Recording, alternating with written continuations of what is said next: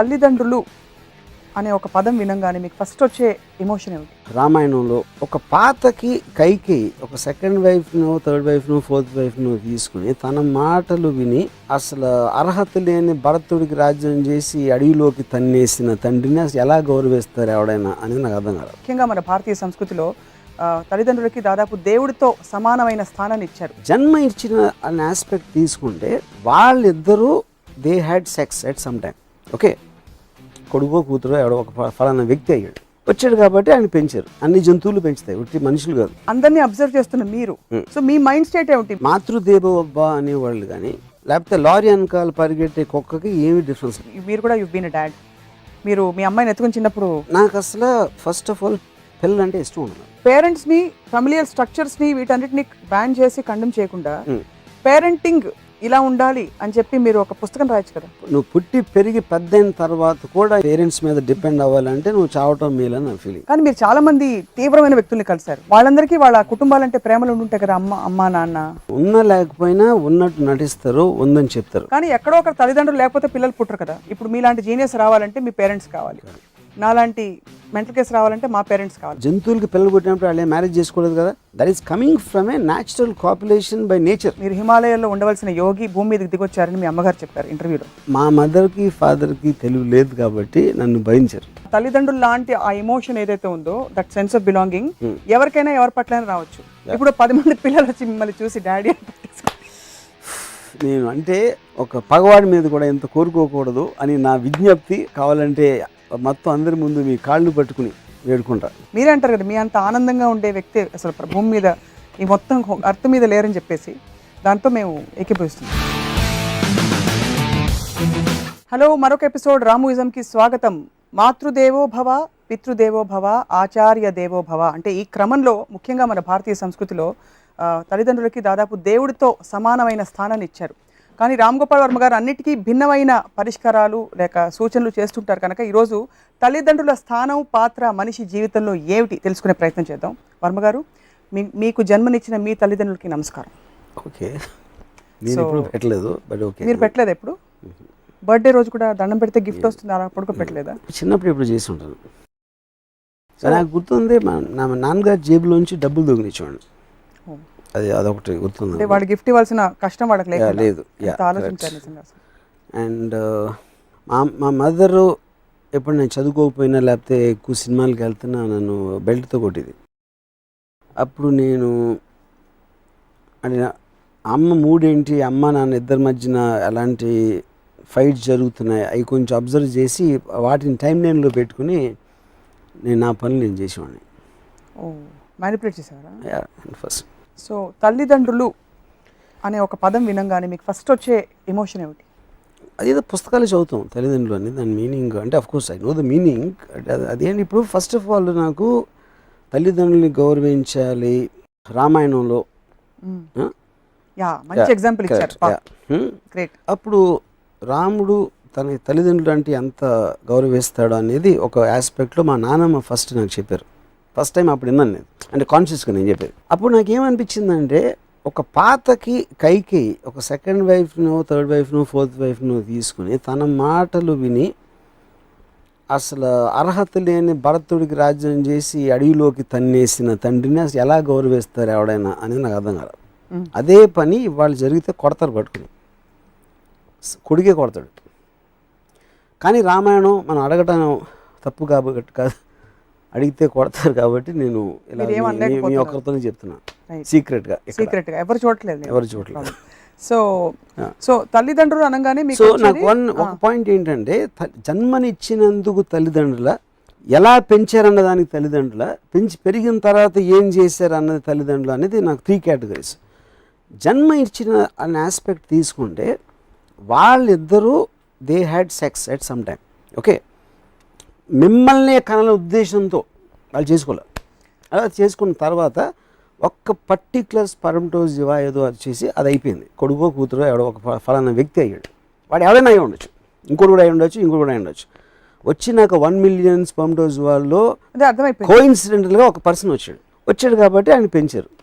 అన్ని జంతువులు పెంచుతాయి, ఉట్టి మనుషులు కాదు. ఇన్స్టింక్టివ్గా కొంతకాలం వరకు కోతులు, కాకులు, పిచ్చుకలు అన్నీ పెంచుతాయి, మనుషుల్లో కూడా. దాని తర్వాత సొసైటీలో రూల్స్ ఫామ్ చేశారు కాబట్టి మనకి ఒక పద్ధతి ప్రకారం రెడ్ లైట్ వస్తే తాగాలి, గ్రీన్ లైట్ వస్తే వెళ్ళాలి, లేకపోతే ఇలా చేయాలి, ఇలా చేయాలి, ఏకపత్నివతలు ఉండాలి, లేకపోతే దేవుడు శిక్షిస్తాడు, ఎక్కడో లీగల్గా ఏదో ఉంటుంది, ఇలాంటి రకరకాల, లేకపోతే ఒక పీర్ ప్రెషర్ ఉంటుంది, సొసైటీలో ఏమనుకుంటారు నా గురించి ఇలా చేయకపోతే, ఇలాంటి రకరకాల కారణాలతోటి ఎక్స్టెండ్ అవుతుంది చదివించాలి. దాని తర్వాత నా కొడుకే ఈడవ్వాలి అని ఒక ఈగో వస్తుంది. నా కొడుక్కి అందరికన్నా మంచి మార్కులు రావాలి, నా కొడుకే నా ఆస్తి అంతా వచ్చేయాలి, ఆ పక్కింటుడు ఆస్తి కన్నా నా కొడుకు ఎక్కువ ఉండాలి. ఇవన్నీ తల్లిదండ్రులకు వచ్చే స్వార్థం మూలాన, వాళ్ళకున్న ఒక ఇన్సెక్యూరిటీ మూలాన పిల్లల మీద ప్రెషర్ పెట్టి వాళ్ళని పాడు చేస్తారు తల్లిదండ్రులు మోస్ట్లీ. సో ఇక్కడంతా మోస్ట్ తల్లిదండ్రులకి 100%. ఎందుకంటే పిల్లలకి ఏం తెలియదు కాబట్టి తల్లిదండ్రులే ప్రాబ్లం. పిల్లలు ఇంకా పసివాళ్ళు, వాళ్ళకి తెలియదు. తెలిసిన తల్లిదండ్రులు వాళ్ళకి ఇష్టం వచ్చినట్టు, వాళ్ళకి అర్థం అవ్వని ఫిలాసఫీలన్నీ వాళ్ళ మీద రుద్ది వాళ్ళ మనస్సు పెరగకుండా ఒక స్టంట్ చేసేస్తారు మోస్ట్ తల్లిదండ్రులు. అంత ఘోరం జరిగిపోయింది, అందరికీ అలాగే అవుతుంది. మరి మీ విషయంలో ఎలా అవ్వలేదు?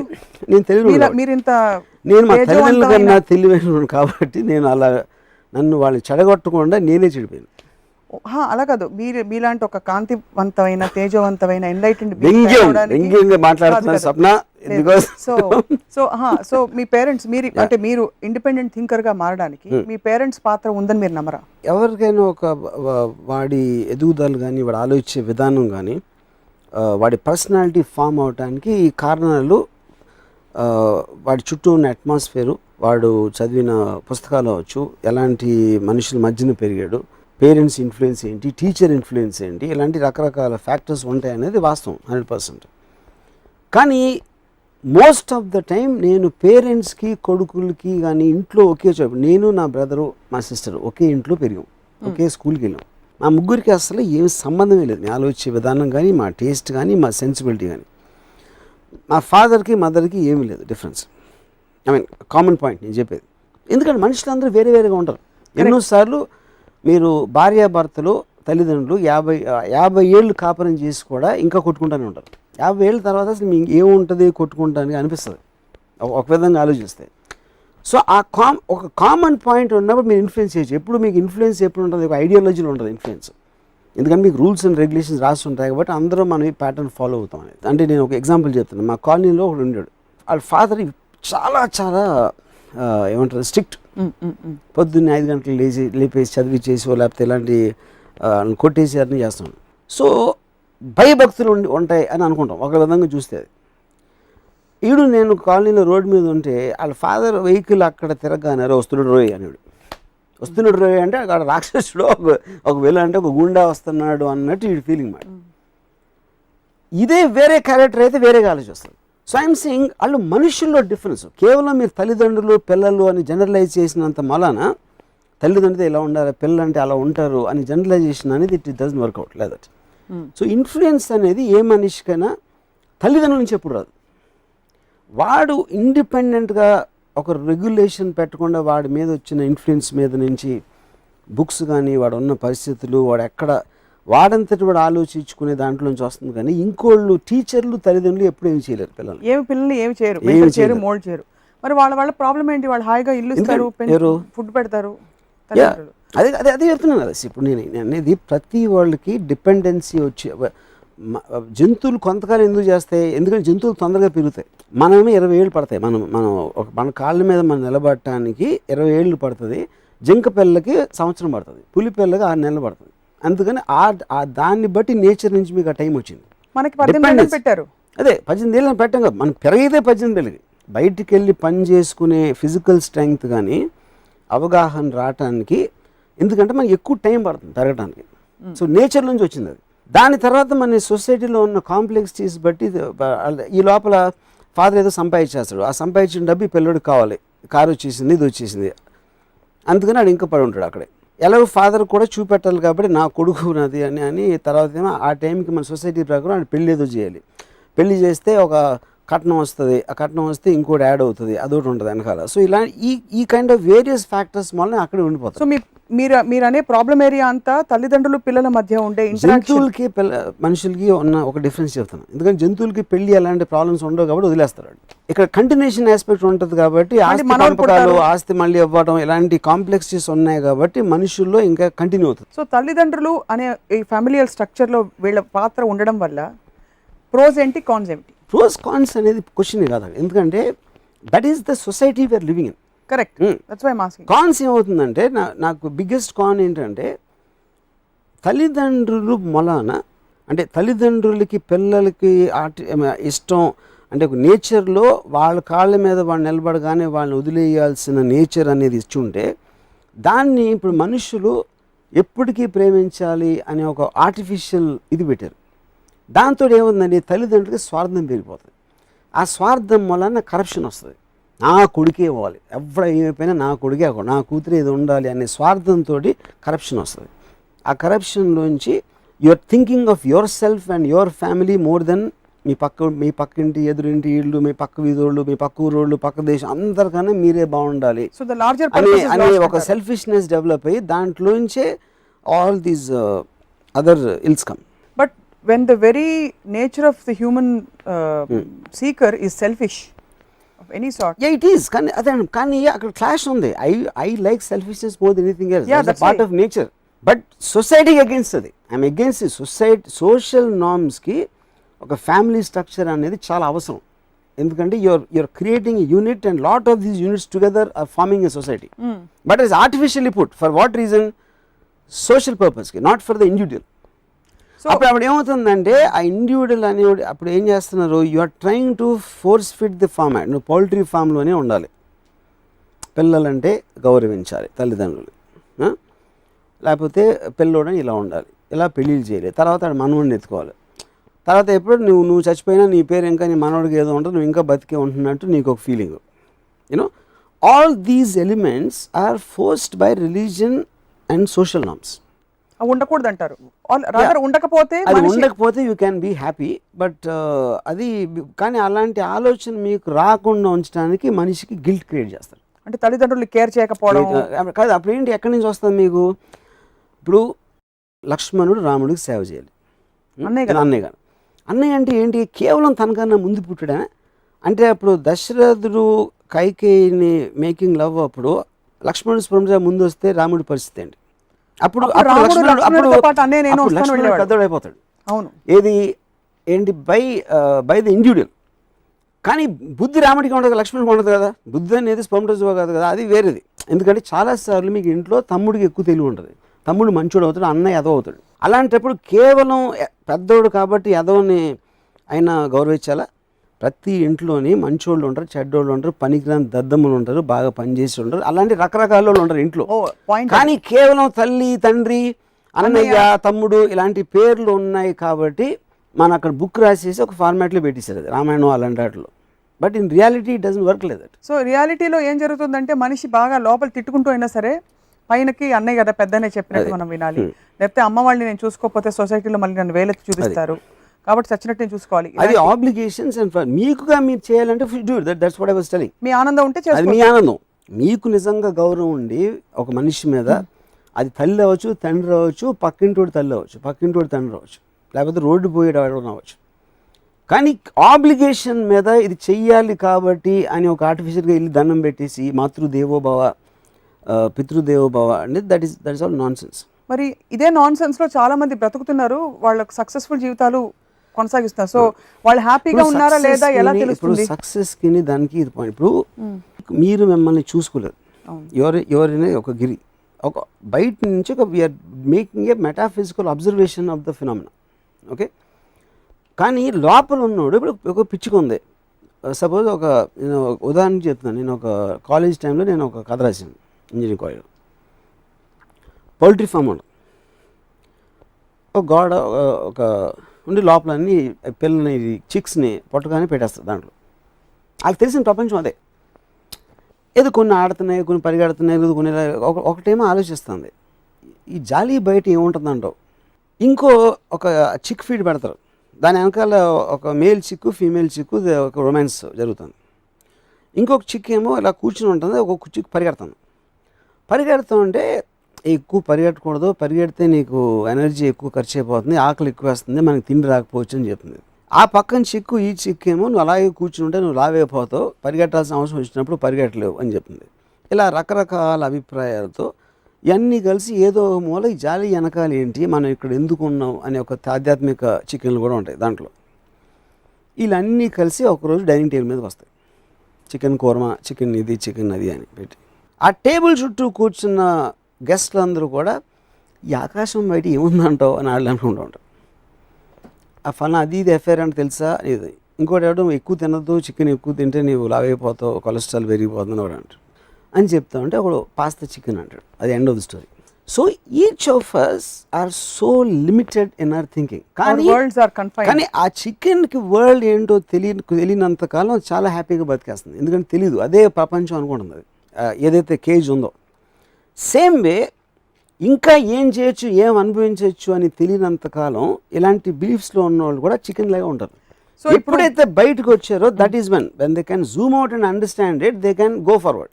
సో ఇప్పుడు ఆనందంగా ఉంటున్నాం అని అనుకుంటున్న వాళ్ళందరూ వాళ్ళ భ్రమ, వాళ్ళ చిన్ని బుజ్జి ప్రపంచాల్లో ఉన్నారు కాబట్టి సరిపోయింది. ఎందుకంటే అది మీరు ఆనందపడుతున్నారా, బాధపడుతున్నారా, ఏదన్నా ఫీల్ అవుతున్నారో అది ఏ కాజ్ నుంచి వస్తుంది అని దాన్ని అనలైజ్ చేసుకుని ఫోకస్ పెట్టకపోతే you will be stunted. Will be like ఒక జింక్ ఉంది అలా ఎలా పరిగెట్టింది, లేకపోతే ఒక కుక్క పిల్ల ఉంది, మీరు ఇన్ని విషయాలు కుక్క పిల్ల ఒక జీప్ వెళ్తా ఉంటే కవ్వు కవ్వు అని అరుస్తుంది, అది హ్యాపీగా ఉంది అంటే ఆ కుక్క పిల్ల ఏమనుకుంటుంది, నన్ను చూసి భయపడి పారిపోతుంది అనుకుంటుంది. వర్మ గారు, మీరు ఇన్ని విషయాలు ఇంత తీవ్రంగా విశ్లేషిస్తారు, అర్థం చేసుకుంటారు కదా. ఇప్పుడు చికెన్ లయన్ అవ్వాలనుకోదు కదా, దాని ప్రపంచం అదే, ఉండనివ్వండి, ఉంటే ఏమిటి అంటే నేను ఐఎమ్ టెల్లింగ్ మై అబ్జర్వేషన్, ఉండకూడదని నేను అంటలా. ఇప్పుడు నేను హ్యూమన్ బీయింగ్కి అది తెలిసినప్పుడు, ఇప్పుడు ఇందాక ఎగ్జాంపుల్ ఇచ్చాను, ఒక కుక్క రోడ్డు మీద గయ్యన లారీ వెళ్తాను గౌ గౌ అని అరుస్తుంది, బాగుంది, ఆ లారీ వెళ్ళిపోతే పరిగెడుతుంది వెనకాల, అంటే తనని చూసి భయపడిపోయిందని అనుకుంటుంది. లారీ అసలు కుక్కని కేర్ చేయట్లేదు అనే థాట్ దానికి రాదు, లారీ కిందకు వస్తే పచ్చడైపోతుందని కూడా దాని ఆలోచన రావట్లా. కానీ ఆ ప్రపంచంలో బతుకుతా అది కింగ్, అది లైన్, అక్కడ సింహం రోడ్డుకి, అండ్ లారీ జింకలాగా అనిపిస్తుంది. కానీ మనిషికి తేడా ఏంటంటే నన్ను చూసి అంత పెద్ద లారీ ఎందుకు పారిపోతుంది అని ఆలోచించినప్పుడు ఒక వ్యక్తి లేదు నన్ను చూసి కాదు అని అది ఈ మొలాన అది వెళ్తుందిగా, నన్ను కేర్ చేయకపోవటం అని ఆలోచించిన రోజు లారీ నడపగలుగుతుంది. లారీ నడిపితే కుక్క 100 అడుగులు పరిగెడుతుంది, లారీ 100 మైళ్ళు వెళ్తుంది. అంత దూరం వెళ్ళడానికి, అన్ని సాధించడానికి మీకు ఒక అవకాశం ఉంటుంది. ఆ అవకాశం తెచ్చుకోవడానికి ట్రై చేయాలి అని నేను ఒక చిన్న సలహా ఇస్తున్నాను. అది వినకపోవటం ఇప్పుడు కుక్కని, చికెన్ని, లారీని, సింహాన్ని, టేబుల్ దగ్గర కూర్చున్న మనుషుల్ని అందరినీ అబ్జర్వ్ చేస్తున్న మీరు టాప్ యాంగిల్లో అందరినీ, సో మీ మైండ్ స్టేట్ ఏమిటి? మీరు you feel as powerful as the creator, are you feel that there are worlds, larger worlds out there which even you have not conquered? Of course, obviously no one can say that he has reached the outer limit. ఇప్పుడు నాకున్న దాంట్లో నేను ఒక జూకి వెళ్తున్నాను, నేను ఒక జూకి వెళ్ళి రకరకాల జంతువుల్ని చూస్తున్నప్పుడు ఎవరు ఎలా ఫీల్ అవుతారో నేను అలా ఫీల్ అవుతాను. ప్రపంచాన్ని చూసా, మనుషుల్ని చూసి, ఇప్పుడు చెప్పిన అన్ని తల్లిదండ్రులు అందరూ ఎవ్రీథింగ్ రకరకాల జంతువులు, ఎందుకంటే వాళ్ళందరూ ఒక్కొక్క కేజీలో ఉన్నారు. నేను కేజీ బయట ఉన్న కేజీలు చూస్తున్నాను, కానీ నేను ఉన్న దాంట్లో ఉన్న కేజీలు అన్నింటికి అది కూడా ఒక కేజీ ఉండొచ్చు. ఎందుకంటే నా ఆలోచన పరిధికి, నాకు అర్థమైన పరిధికి ఆ కేజీ. అంటే పౌల్ట్రీ ఫామ్లో 100 కేజీలు ఉండొచ్చు.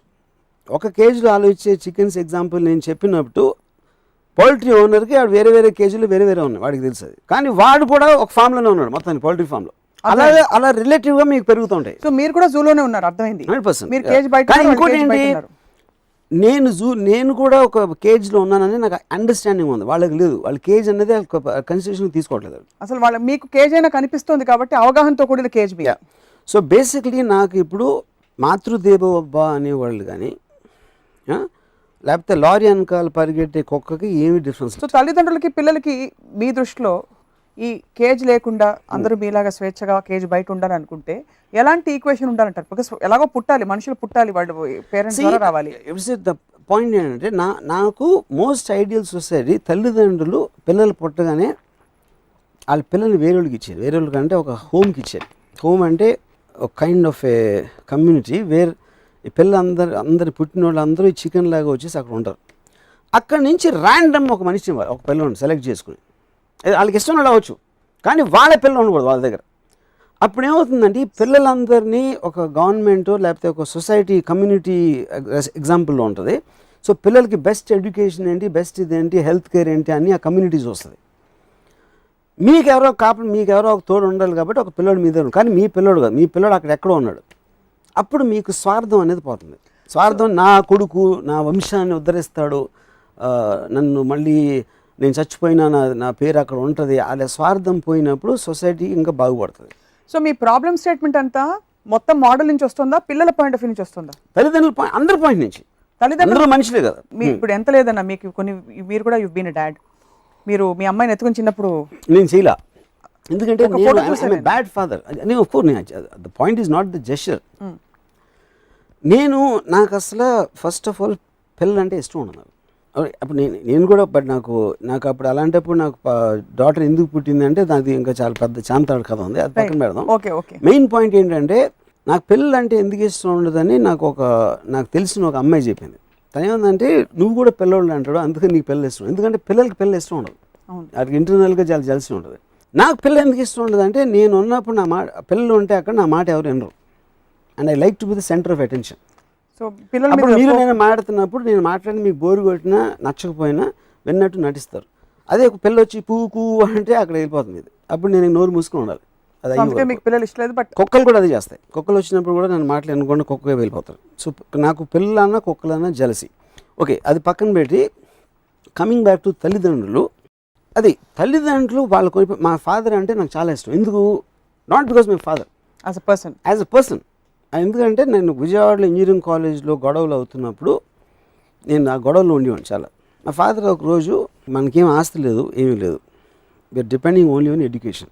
ఇప్పుడు నేను చెప్తే తప్పితే నేను తెలుసుకున్నంత తిరిగిలేనివాడు అని నేను అనుకోవట్లేదు. ఫ్యాక్ట్ చెప్పడం అనేది నా రెస్పాన్సిబిలిటీ. నేను చెప్పాను, దాని తర్వాత నువ్వు చేయొద్దని నేను ఎప్పుడూ అడగను అని చెప్పారు. ఆ కైండ్ ఆఫ్ ఏ ఫ్రీడమ్ అర్థం చేసుకుని ఇవ్వటం అనేది నా టెంపర్మెంట్కి సూట్ అయింది. ఓకే, కానీ same advice given to somebody else might not work. I don't no. ఇదే యాక్చువల్గా మీరు చూస్తే ఇర్రెస్పాన్సిబుల్గా అనిపిస్తుంది. అరే మన దగ్గర డబ్బు లేదు, నువ్వు చేస్తే చేయి లేకపోతే చేయి, నేను పట్టను అన్న సౌండ్ కూడా వినిపించవచ్చు కొంతమందికి ఆ అడ్వైస్లోంచి. అదే చాలా ఎమోషనల్గా వద్దురా మనం ఏమైపోతాం రా అని చెప్తే అదొకలా ఉంటుంది. కరెక్ట్.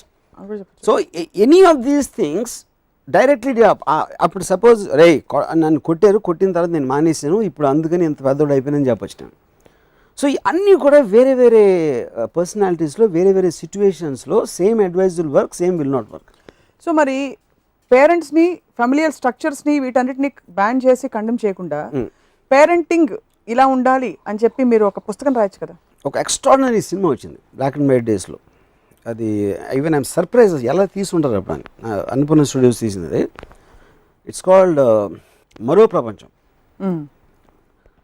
కాన్సెప్ట్లో పిల్లలందరూ ఎవరు ఎత్తుకుపోతున్నారు, కిడ్నాప్ చేస్తున్నారు, ఏమవుతున్నారు పిల్లలు అర్థం కావట్లేదు. సరే ఒక హీరో సిఐడి ఆఫీసర్ ఇన్వెస్టిగేట్ చేస్తే ఫైనల్గా ఒక వేరే వరల్డ్ ఎవరో క్రియేట్ చేస్తున్నారు. అంటే వాళ్ళు ఏమంటారు దాన్ని, కరప్ట్ అవ్వని పిల్లల ఏజ్ గ్రూప్ 5 years 6 years, అక్కడ కాస్ట్ ఫీలింగ్ లేదు, పేద గొప్ప తేడా లేదు, అందరూ మనుషుల్లాగా బతుకుతారు. వాళ్ళకున్న ఎబిలిటీ, వాళ్ళకున్న దాన్ని బట్టి వాళ్ళ డిఫరెన్సెస్ ఉంటాయి. కానీ వాళ్ళ నాన్న గొప్ప, లేకపోతే వాడు ఈ కులంలో పుట్టాడా, ఆ రిలీజియన్కి పుట్టాడా, వాడికి ఆల్రెడీ ఏముంది, ఈ తారతమ్యాలని. అప్పుడు ఇప్పుడేంటి, ఒక చిన్న పిల్లోడు డబ్బున్న పిల్లోడు అనుకోండి, వాడు పని మనిషి పిల్లోడు అదే ఏజ్లో రే అంటాడు, కానీ వాడు బాబుగారు అంటాడు. ఎందుకంటే వాళ్ళ అమ్మ అలా అనిపిస్తుంది, బాబుగారు అని పిలువు, ఏమో రే అంటాడు, ఎందుకంటే అందరూ నేను రే అంటారు. సో ఈ డిస్క్రిమినేషన్ ఎందుకు వస్తుంది? అదొక it is coming from class difference and culture difference, and which is what the bane. అదే మనం అసలు ఎరాడికేట్ చేయడానికి టెక్నికల్గా ట్రై చేస్తూ ఉంటాం. ఇది గవర్నమెంట్ కూడా వాళ్ళకి ఇది ఇచ్చి అది ఇచ్చి సమానత్వం కావాలి అని అందరూ చెప్తారు. అది ఎప్పుడు రాగలుగుతుంది, నిజంగా ఎప్పుడు రాగలుగుతుంది అంటే మరో ప్రపంచం ఫార్మాట్లో రాగలుగుతుంది, which is what I was telling you. అప్పుడు నా కొడుకు అనేది ఉండకూడదు.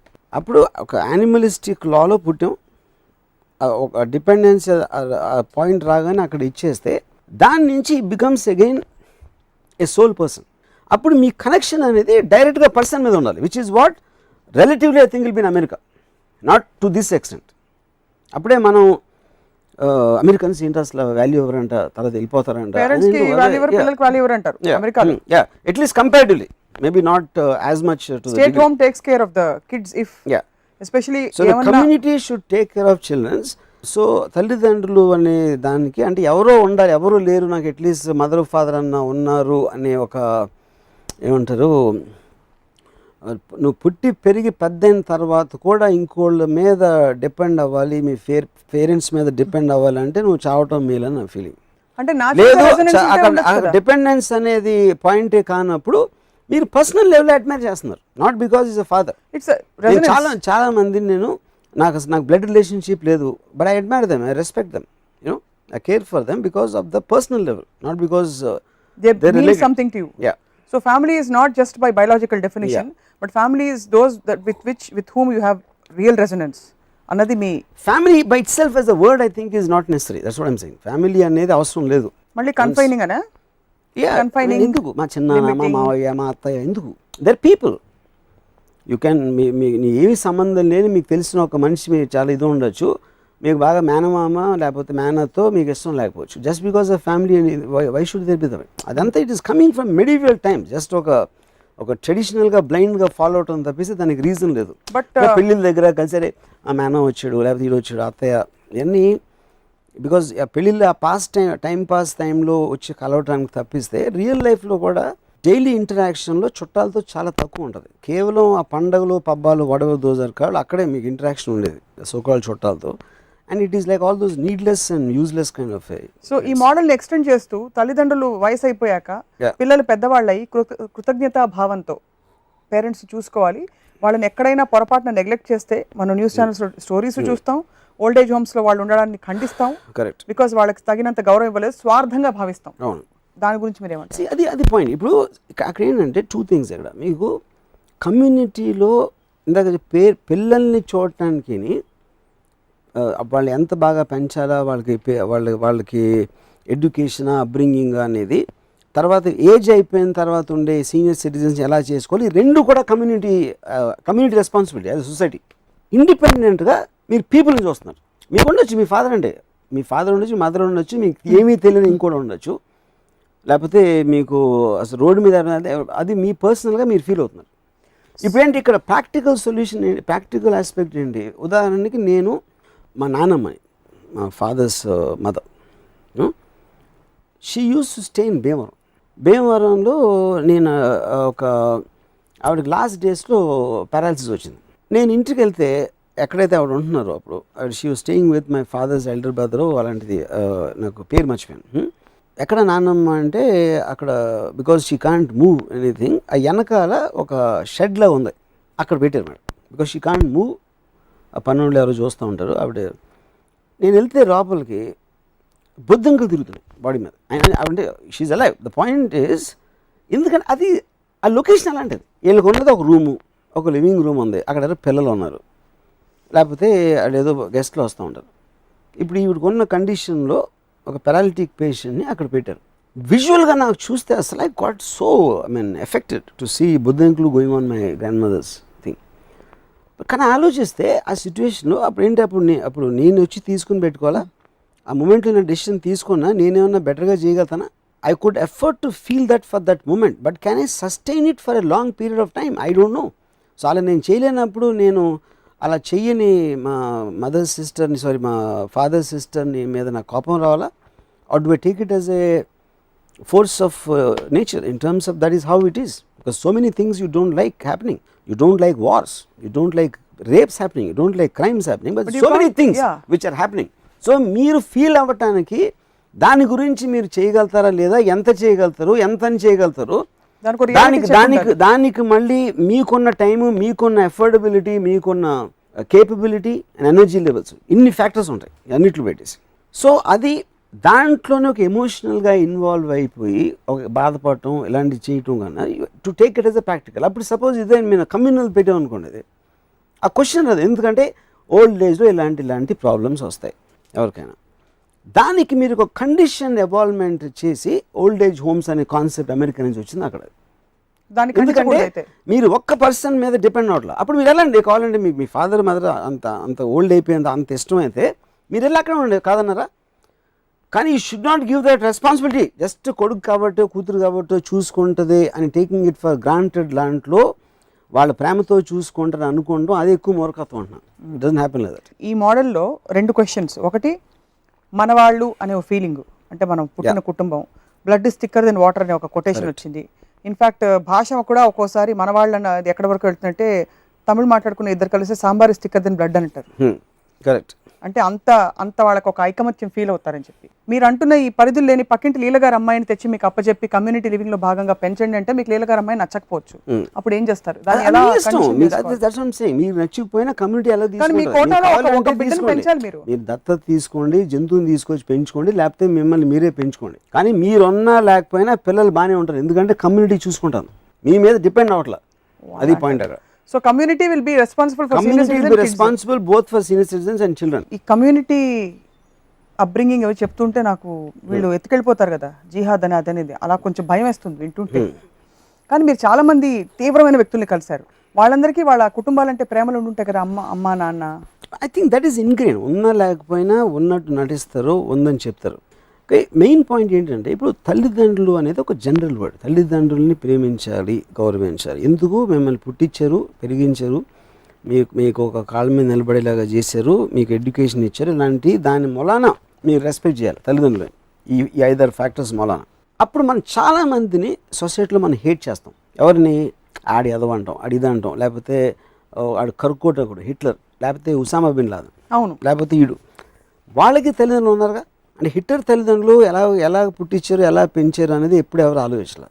అంటే సరిగ్గా పెంచలేదా, సరిగ్గా తిండి పెట్టలేదా, లేకపోతే అందరినీ చంపేయి అని వాడికి చాక్లెట్లు ఇస్తావు, నువ్వు పెద్దగా అందరినీ చంపేయి అని చెప్పాడా హిట్లర్ ఫాదర్? నాకు తెలియదు.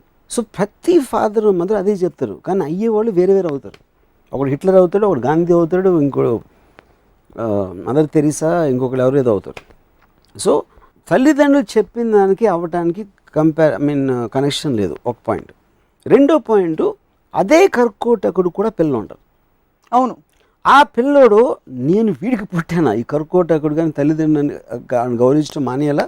అప్పుడు రావణుడికి ఉన్నారు లేదు నాకు తెలియదు, but I'm just giving an example. So ఒక మహాభారతంలో ఎవరెవరైతే మనం విలన్స్ అనుకుంటున్నామో ఆ పిల్లలు తల్లిదండ్రులు గౌరవించాలా లేదా? ఆ క్వశ్చన్ వచ్చినప్పుడు అప్పుడు వాడు ఫలానా కంసుడు కాబట్టి వాడిని గౌరవించకూడదు అంటే అప్పుడు మీరు క్యారెక్టర్ బట్టి చెప్తున్నారు కదా, తల్లిదండ్రులు చెప్పట్లా. సో అప్పుడు కంసుడు కొడుకు అంటే కంసుడు ఉదాహరణ చెప్తున్నాను, కంసుడికి ఉన్నారో లేదు తెలియదు పిల్లలు. కంసుడు కొడుక్కి తన తండ్రిని ఎక్కువ గౌరవిస్తాడు. ఎవరికన్నా? ఎవరో రాముడి తండ్రి కన్నా, లేకపోతే అర్జునుడి తండ్రి కన్నా. అప్పుడు మీరు మళ్ళీ పర్సనాలిటీస్కి వెళ్తున్నారు, తల్లిదండ్రులు మర్చిపోతున్నారు. అర్థమైంది. అంటే కంసుడు అప్పుడు అందరూ మహాభారతంలో అందరు పిల్లలు వెళ్ళి మన ఏళ్ళ తల్లిదండ్రులను గౌరవించారంటే తల్లిదండ్రులకు మీనింగ్ ఏంటి? సో అప్పుడు సోల్జర్స్ ఉన్నారు మహాభారతంలో, జీతానికి పనిచేసే భటులు ఉన్నారు, భటులకి కూడా తల్లిదండ్రులు ఉన్నారు. ఇప్పుడు ఒక విషయం చెప్పండి, అప్పుడు ఆ తల్లిదండ్రులు వద్దురా యుద్ధానికి వెళ్ళొద్దు అంటే తల్లిదండ్రులు చెప్పారని మానేస్తే అప్పుడు భారతం పరిస్థితి ఏంటి? ఇప్పుడు రాముడు దశరథుడి మాట వినడం గురించి మీరు ప్రస్తావించారు ఇందాక. సో రాముడికి నిజంగా దశరథుడు అన్ఫేర్గా బిహేవ్ చేశారని అనిపించలేదా, తట్టలేదా? లేకపోతే చేసినప్పటికీ మా డాడీ చెప్పారు కాబట్టి నేను చేస్తాను వెళ్ళిపోయాడు అడవిలోకి? రాముడికి తట్టనప్పుడు రాముడు క్యారెక్టర్ రాసింది, అది చదివేవాడికి తట్టకపోవటం అనేది మెయిన్ పాయింట్. అది ఈజ్ నాట్ అబౌట్ రాముడు దశరథుడు. ఆ పుస్తకం అలాంటి రాస్తే దాన్ని క్వశ్చన్ చేయకుండా బండగా బ్లైండ్గా చదివేవాళ్ళు అనేది మెయిన్ పాయింట్ అసలు యాక్చువల్గా. ఎందుకంటే వాళ్ళు just their paper, they not real. I mean main thing ఏంటంటే యాజ్ ఆస్పెక్ట్ ఆఫ్ తల్లిదండ్రులు అనే కాన్సెప్ట్ని తీసుకున్నాం. ఎవ్రీబడీ హ్యాస్ తల్లిదండ్రులు by definition, each and every living being. మీరు కలిసిన ఒక లెట్స్ సే మీకు 100 మంది తెలియచ్చు, రోజుకి 100 మందికి తల్లిదండ్రులు ఉంటారు, 100, 50 what are the number is. కేవలం మా అమ్మగారు వస్తున్నారు, మా నాన్న ఉన్నారు, మా నాన్న ఇలా అంటున్నారు, ఏంటో నాన్న చంపేస్తున్నా సరిగ్గా వింటలేదు అని మీరు ఇంటరాక్ట్ చేస్తున్నారు. కాబట్టి అందులో మీకు కోపం వచ్చిన రోజు ఉంటుంది, ఇష్టం లేని రోజు ఉంటుంది, ఇష్టం ఉన్న రోజు ఉంటుంది, లేకపోతే ఇలా నాన్నగారి దగ్గరకు వచ్చి నేను హెల్ప్ చేశాను, నాకు హెల్ప్ చేశారని ఉంటుంది, అంత ఇవ్వట్లేదని ఉంటుంది. సో అది that is relationship with people. అది మీ ఆఫీస్లో కూడా ఉండొచ్చు, మీరు పనిచేసే కంపెనీలో ఉండొచ్చు, తల్లిదండ్రులు అని మీరు చేసే దాంట్లో ఉండొచ్చు, కానీ అది పీపుల్. అది తల్లిదండ్రులు అనేది ఒక నోషనల్ నేమ్. అది తల్లిదండ్రులు గౌరవించాలి, అన్నయ్యని ఇది చేయాలి, భార్య నువ్వు భర్త సుఖమే చూసుకోవాలి, ఇవన్నీ ఒక రూల్స్ అండ్ రెగ్యులేషన్స్లో పురాణాల్లో రిలీజియన్ నుంచి వచ్చినాయి. కానీ రియల్ లైఫ్లో మీకు కేవలం పీపుల్ మీద ఉంటుంది ఇంటరాక్షన్. అందరికీ అదే అంటే అదే 100% అంతే ఉంటుంది. సో ఇలా సొసైటల్ రూల్స్ని ఫాలో అవడం వల్ల దుష్పరిణామాలు ఏమిటి? దుష్పరిణామాలు ఇందాక నేను చెప్పింది. ఎందుకంటే ఇందాక ఒక ఎగ్జాంపుల్ ఇచ్చాను. ఈ కాజ్ ఏంటని ఆలోచించినప్పుడు on a wider level you will take care of people better. అదే కిడ్స్, పిల్లలు బెటర్గా ఉంటారు, తల్లిదండ్రులకు ఏజ్ వచ్చాక వాళ్ళు బెటర్గా ఉంటారు. ఎందుకంటే మీరు ఒక సైంటిఫిక్గా ఆలోచిస్తున్నారు ఆ కాజ్ గురించి. బట్ సెన్స్ ఆఫ్ అక్కడ ఏంటి, ఇప్పుడు ఫర్ ఎగ్జాంపుల్ ఇందాక నేను ఒక ఎగ్జాంపుల్ చెప్పాను, మా ఫాదర్ సిస్టర్ మా నాన్నమ్మ గురించి. వాళ్ళు చేస్తే హోమ్లో బెటర్. ఎందుకంటే బయట వాళ్ళు ఏమనుకుంటారు, వయసు వచ్చింది కదా అని హోమ్లో పడేసారా అవును అంటారు అంటారని వాళ్ళు ఇంట్లో ఉంచుకుని they are making our go through help. How is that solving a problem? Actually that is worsening the problem. That's worsening and you are saying that's similarly నా కొడుకు ఇప్పుడు నన్ను ఎవరో అడిగారు, నా కొడుకు భలే తెలియనివాడు అన్నాడు నాతో.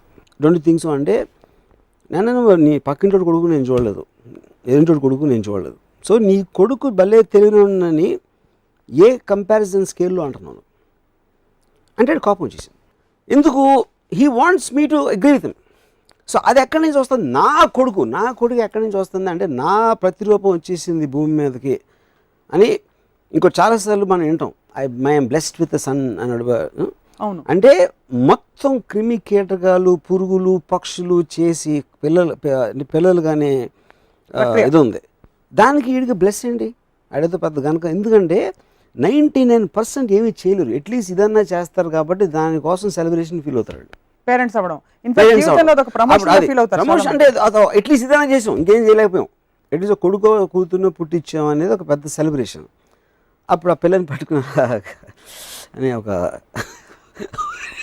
ఒక ఎక్స్ప్రెషన్ అంటే దానితోటి మీకు ఎప్పుడు ఎవరి పట్ల కలగలేదా ఏంటి ఇలాగా అంటే ఒక సెన్స్ ఆఫ్ ప్రైడ్? అందమైన అమ్మాయితో కలిగింది. ఓ అది you ask for it. So క్వశ్చన్లోనే సెన్స్ ఆఫ్ ప్రైడ్ అది కూడా నాదేనందు కూడా ఉన్నది కదా, దేవుడు సృష్టిలో ఒక భాగం అంతే. ఎస్ అంతే కదా. But as yours you never felt sense of pride? I hate any kind of a belong. I hate the term but relative. See, that is so contradictory. నాకు పిల్లలన్నా తల్లిదండ్రులన్నా ఎందుకు ఇష్టం ఉన్నదంటే అది ఒక్కసారి నేను ఎక్కడో పుట్టాను కదా, అలా పుట్టాను కదా, నాకు అసలు బయాలజికల్ ఆస్పెక్ట్ అనేది నచ్చదు. నాకు ఎప్పుడో ఒక చోట ఒక అంబిలికల్ కార్డ్ అనేది ఒక కనెక్షన్ ఉంది అనే ఒక I don't like that visual.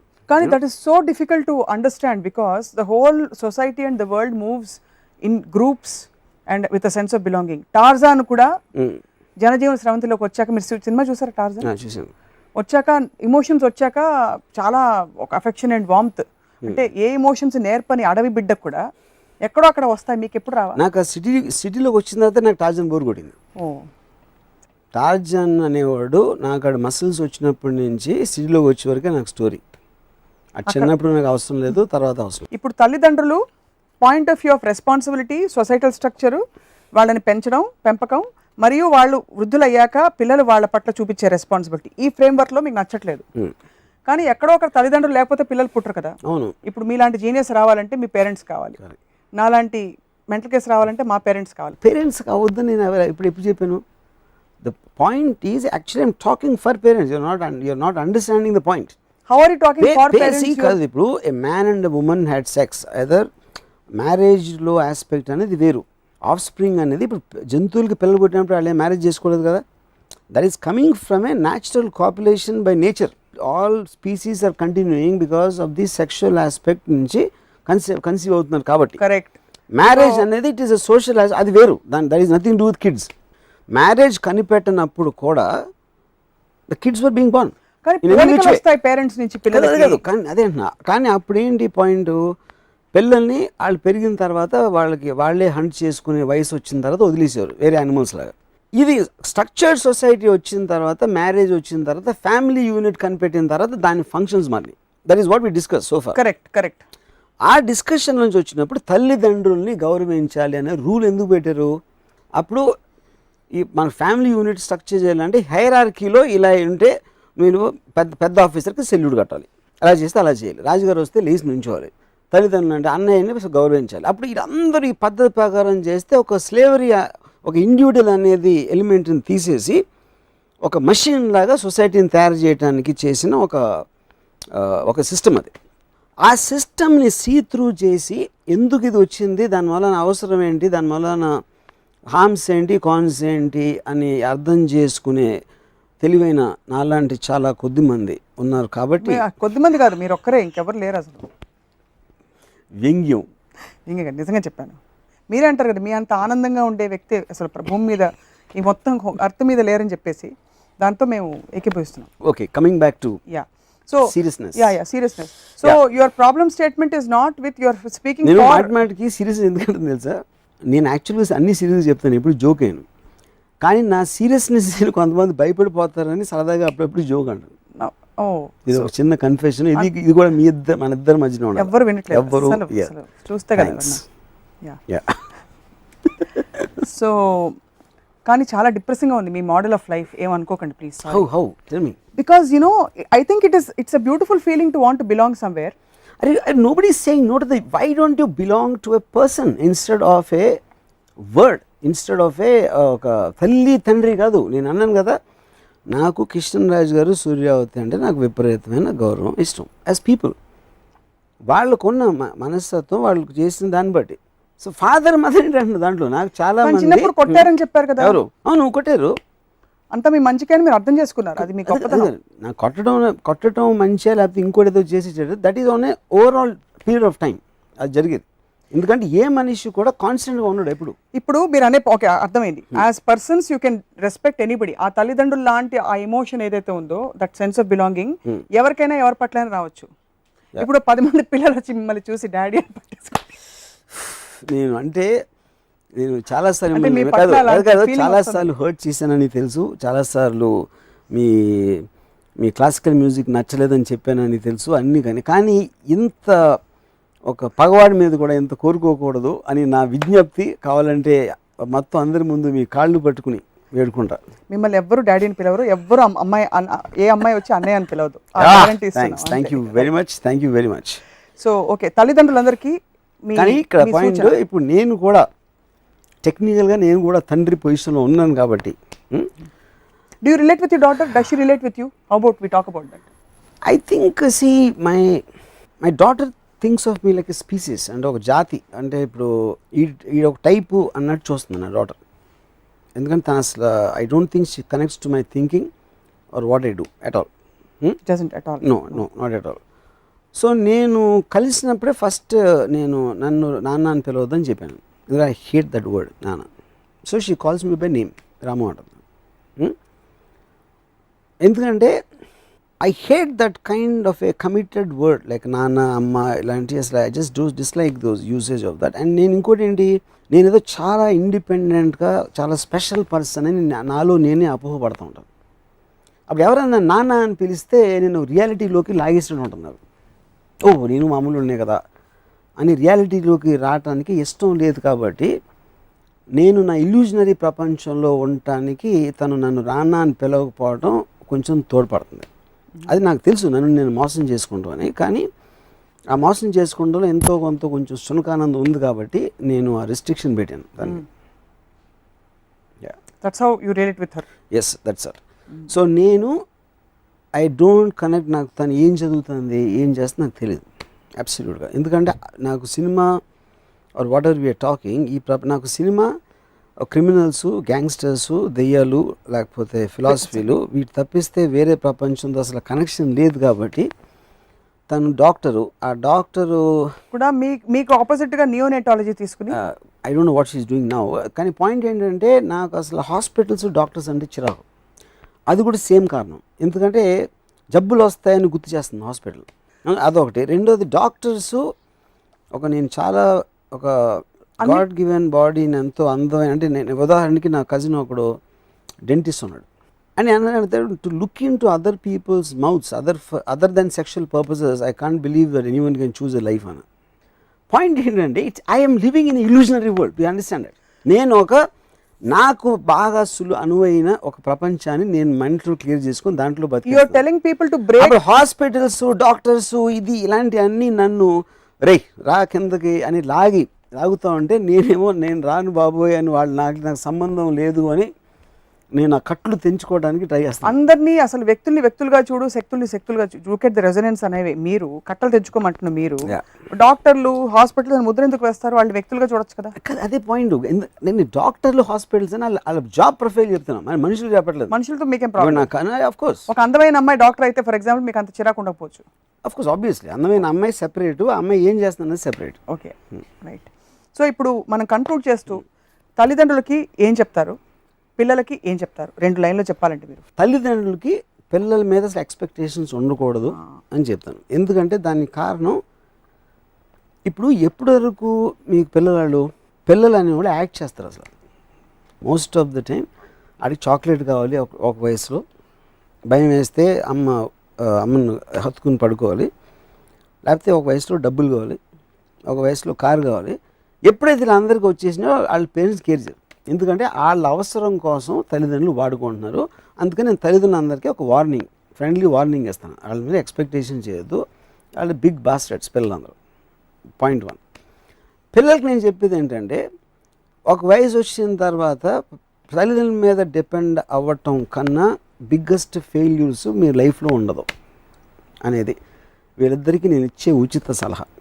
Right, మీ సలహా విని చాలామంది వాళ్ళ అలవాట్లను మార్చుకుంటారని ఆశిస్తున్నాం.